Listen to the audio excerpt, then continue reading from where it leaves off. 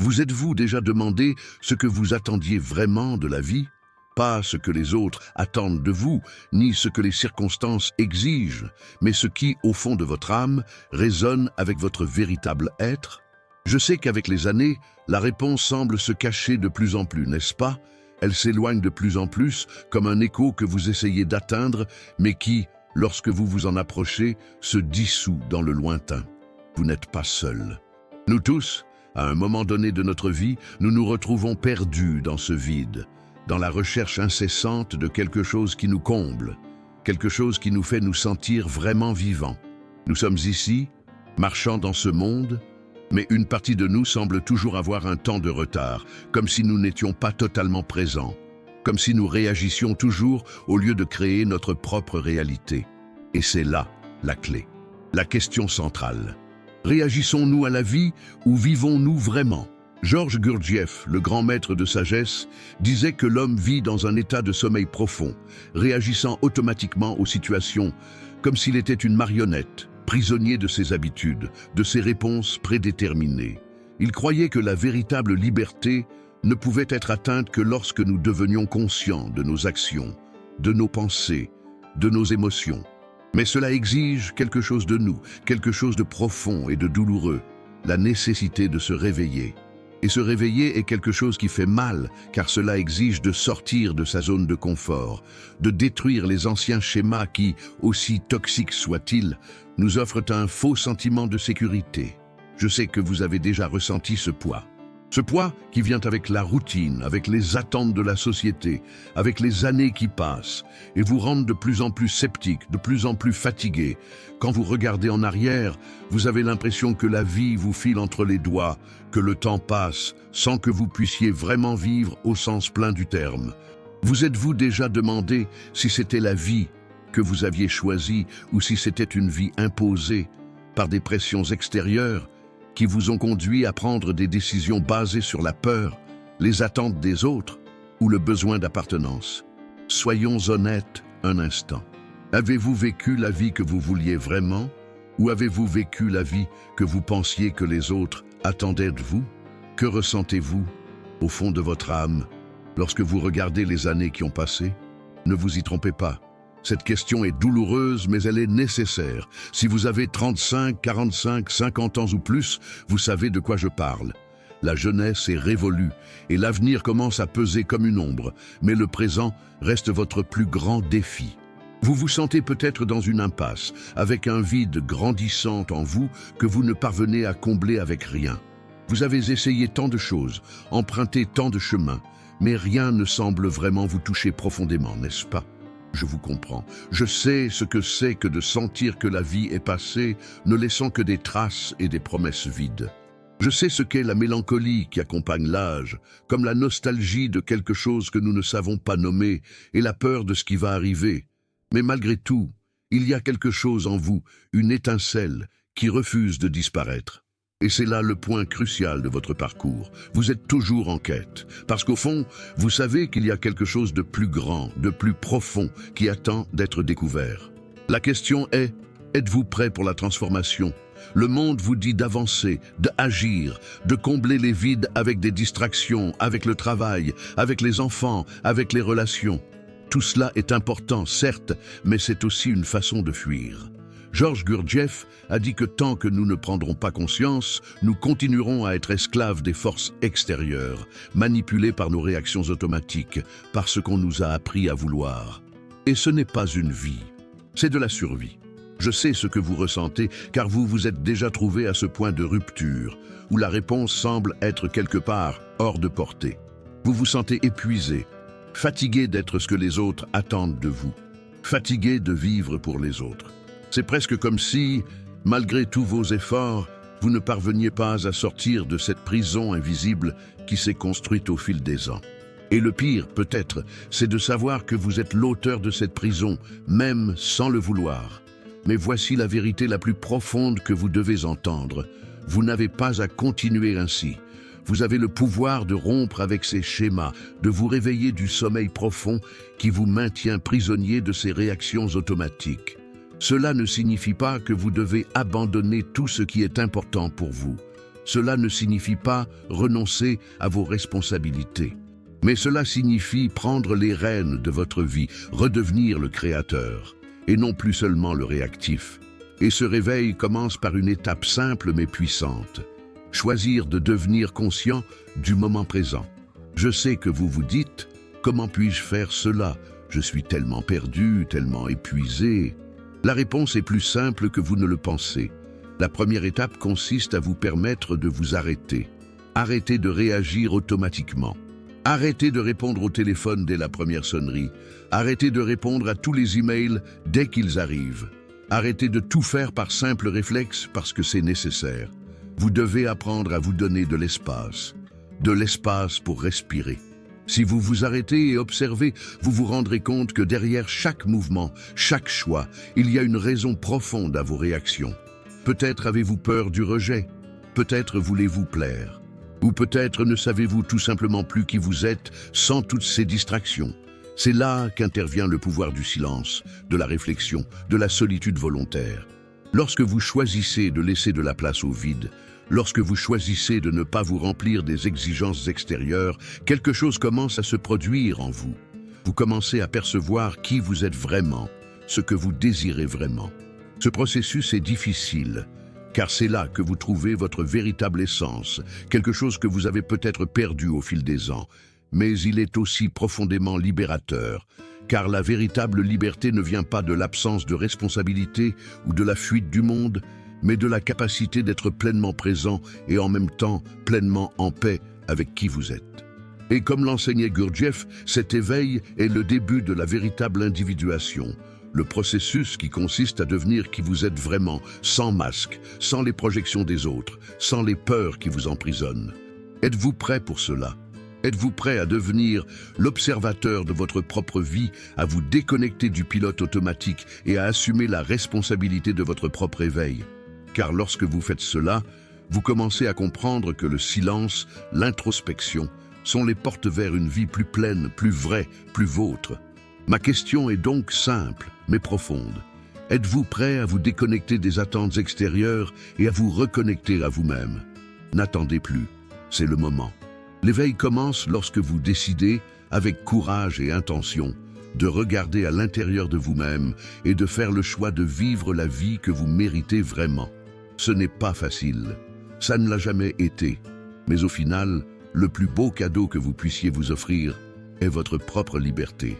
La liberté d'être qui vous êtes, sans excuse, sans masque. Et dans le silence de ce processus, vous trouverez quelque chose que vous n'auriez peut-être jamais imaginé. La paix. Maintenant, qu'allez-vous faire de cela? Que se passerait-il si vous pouviez vous libérer des chaînes invisibles qui définissent chaque étape de votre vie? Si, au lieu d'être réactif au monde, vous commenciez à y répondre en pleine conscience de qui vous êtes vraiment. Je sais, vous pensez peut-être, c'est un rêve, quelque chose qui ne s'applique qu'aux autres, aux personnes extraordinaires. Pas pour moi. Hein? Mais si je vous disais que c'est le moment exact où vous devez vous réveiller à votre véritable liberté. La vie moderne nous enseigne, dès notre plus jeune âge, que nous devons être disponibles à tout moment, répondre sans hésiter aux appels des autres, agir rapidement, toujours dans l'attente de la prochaine demande, comme si notre existence dépendait d'une attente extérieure. Georges Gurdjieff, l'un des plus grands maîtres spirituels du XXe siècle, disait que nous sommes tous dans un état de sommeil profond, guidés par des forces extérieures, réactifs aux stimuli, comme des marionnettes d'une réalité qui nous manipule constamment. Mais si la véritable liberté n'était pas simplement de faire ce que nous voulons, mais d'arrêter de réagir automatiquement à tout et à tout le monde, cela semble impossible, n'est-ce pas? Avez-vous déjà pensé que plus vous êtes accessible, plus les gens oublient votre véritable valeur? Plus vous êtes émotionnellement disponible pour les autres, plus vous vous perdez. Ainsi, vous devenez invisible, ou pire encore, un instrument fonctionnel entre les mains de ceux qui veulent quelque chose de vous, sans tenir compte de ce que vous voulez vraiment. Peut-être vous identifiez-vous à cela. Combien de fois vous êtes-vous surpris à dire « oui » alors que vous vouliez dire « non » ou à répondre immédiatement à quelqu'un, même en sachant que vous n'aviez pas l'énergie pour le faire? C'est le moment de réfléchir. Qui mérite vraiment votre énergie? qui profite simplement de votre disponibilité pour répondre à ses propres besoins. Voici une vérité profonde. Vous n'êtes pas ce que les autres attendent de vous. Non. Vous êtes la somme de vos choix, de vos réactions et de la façon dont vous décidez de vous positionner face à la vie. Ce oui constant, cette énergie distribuée de manière imprudente, n'est rien d'autre qu'un mécanisme d'évasion. Fuir soi-même. Fuir la difficulté de gérer la solitude, l'absence de reconnaissance, la peur d'être rejeté. Et si, au lieu de cela, vous commenciez à choisir consciemment où investir votre énergie, où vous consacrer réellement. Georges Gurdjieff parlait du concept de individuation, le processus par lequel une personne devient ce qu'elle est vraiment, non pas une personne construite par les attentes extérieures, mais un être authentique, en harmonie avec son essence la plus profonde. Le problème est qu'au fil des ans, nous avons été conditionnés à être fonctionnels pour les autres, et non pour nous-mêmes. Depuis l'enfance, vous avez appris à vous mettre à disposition, à être celui qui résout tout, qui répond rapidement, qui se sacrifie pour maintenir la paix. Vous êtes-vous trop sacrifié? Maintenant, imaginez un instant. Et si ce dont vous avez le plus besoin n'était plus l'attention, l'approbation ou l'affection des autres, mais votre propre reconnaissance et votre propre attention? En faisant cela, en vous éloignant de ce qui vous épuise, vous commencez à vous renforcer. Lorsque vous décidez d'arrêter de réagir, d'être une marionnette des émotions des autres, vous commencez à être le maître de votre propre champ énergétique. Je sais, cela semble difficile au premier abord, mais en choisissant de faire silence, en laissant de la place à l'absence, vous devenez plus présent dans votre propre vie. Imaginez un instant l'impact que cela aurait sur votre vie quotidienne. Comment cela changerait-il votre façon d'interagir avec les autres? Combien de fois avez-vous été envahi par les émotions des autres et, sans le vouloir, vous êtes-vous retrouvé à absorber ces énergies, souvent sans vous en rendre compte? Si vous prenez le temps d'y réfléchir, vous verrez que le monde est plein de manipulations émotionnelles, pas toujours intentionnelles, mais toujours efficaces. La clé, mon ami, c'est le silence conscient. Et je ne parle pas du silence vide, celui qui sert à fuir la réalité. Je parle du silence que Gurdjieff défendait.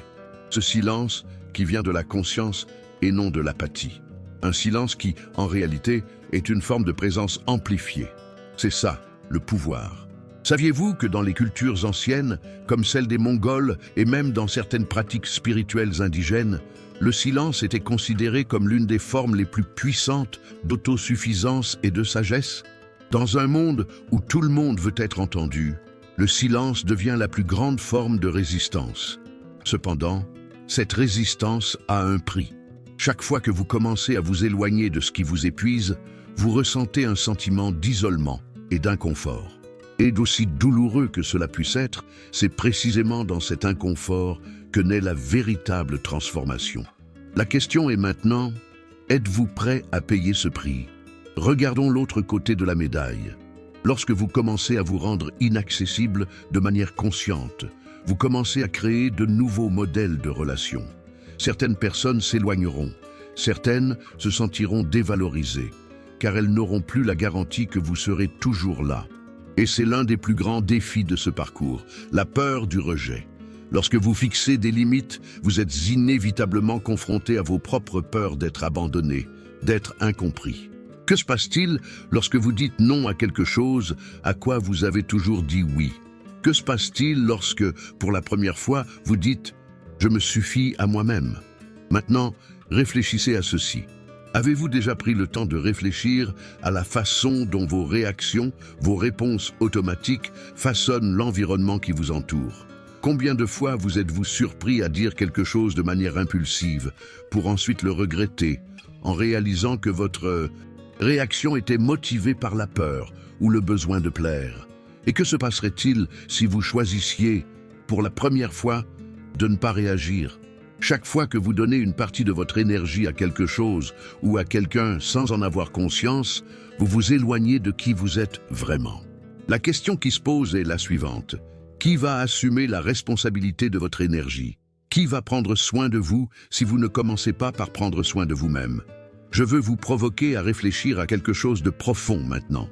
Êtes-vous prêt à vous engager sur cette voie de la découverte de soi, même si vous savez qu'elle exigera des sacrifices?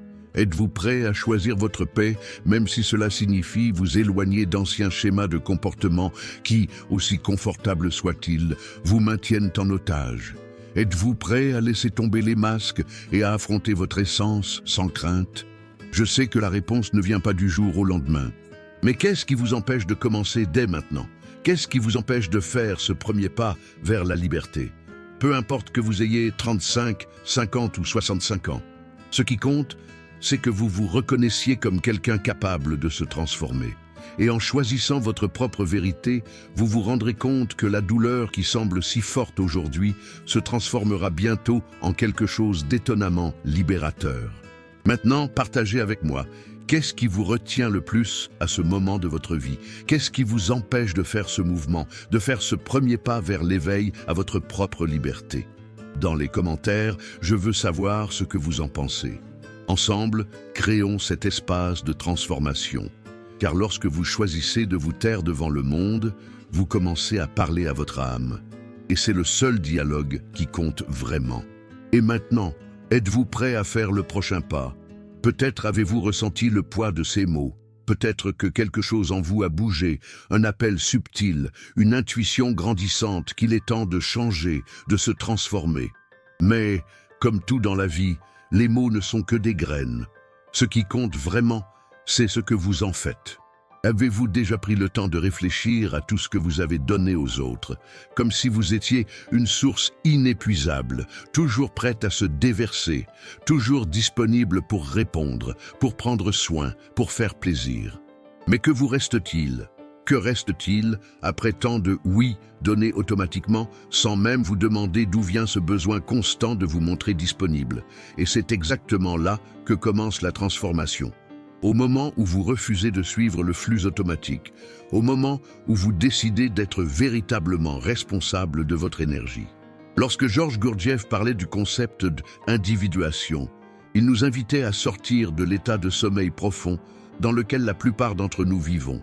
Il nous rappelait que nous sommes tellement prisonniers de nos réactions automatiques, de nos comportements conditionnés, que nous finissons par être les marionnettes de notre propre vie. Mais que se passerait-il si vous commenciez à devenir le maître de votre propre être? Que se passerait-il si vous cessiez de réagir à tout et à tout le monde et que vous commenciez plutôt à répondre avec une conscience profonde de qui vous êtes vraiment? La vérité est que le changement ne se produit pas lorsque nous continuons à faire les mêmes choses que d'habitude, en espérant des résultats différents. Si vous voulez vous libérer des chaînes invisibles qui vous retiennent, vous devez apprendre à vous retirer, à choisir le silence conscient et surtout à vous déconnecter des attentes extérieures. Cela ne signifie pas s'isoler du monde, mais plutôt devenir plus sélectif dans la manière dont vous dépensez votre énergie. Je sais que c'est un processus difficile, exigeant et souvent douloureux. Vous pouvez vous sentir insécurisé, avoir peur de perdre des liens, d'être incompris ou même rejeté. Mais ce que je vous demande maintenant, c'est qu'au lieu de craindre la solitude et l'inconfort, vous les considériez comme une opportunité de croissance. Lorsque vous vous retirez, lorsque vous vous accordez l'espace nécessaire pour vous écouter, vous commencez à comprendre ce qui compte vraiment pour vous, ce qui fait battre votre cœur plus fort, ce qui nourrit vraiment votre âme. Et cela, mon ami, c'est la véritable liberté. Si vous êtes arrivé jusqu'ici, c'est parce que quelque chose en vous est déjà prêt pour ce changement. Que ferez-vous de cette envie de transformation? Je vous propose 3 stratégies pratiques et profondes que vous pouvez appliquer immédiatement dans votre quotidien et qui vous aideront à commencer ce voyage avec plus de clarté et de détermination. 1. Le pouvoir du silence conscient. La première étape est la plus simple et en même temps la plus difficile. Se taire consciemment. Commencez par de petites pauses pendant la journée. Lorsque vous sentez que vous êtes envahi, qu'une réaction automatique est sur le point de surgir, arrêtez-vous un instant. Respirez profondément. Permettez-vous de ressentir ce qui se passe sans agir immédiatement. Le silence n'est pas l'absence de son, mais la pleine présence. Chaque fois que vous vous accordez cet espace, vous entraînez votre esprit à observer, à ne pas vous laisser emporter par les attentes extérieures. Application pratique. Essayez, par exemple, de passer 10 minutes par jour sans regarder votre téléphone portable, sans répondre à vos messages ou à vos emails. Utilisez ce temps pour vous reconnecter avec vous-même. Cet exercice simple peut faire des merveilles pour votre perception intérieure. 2.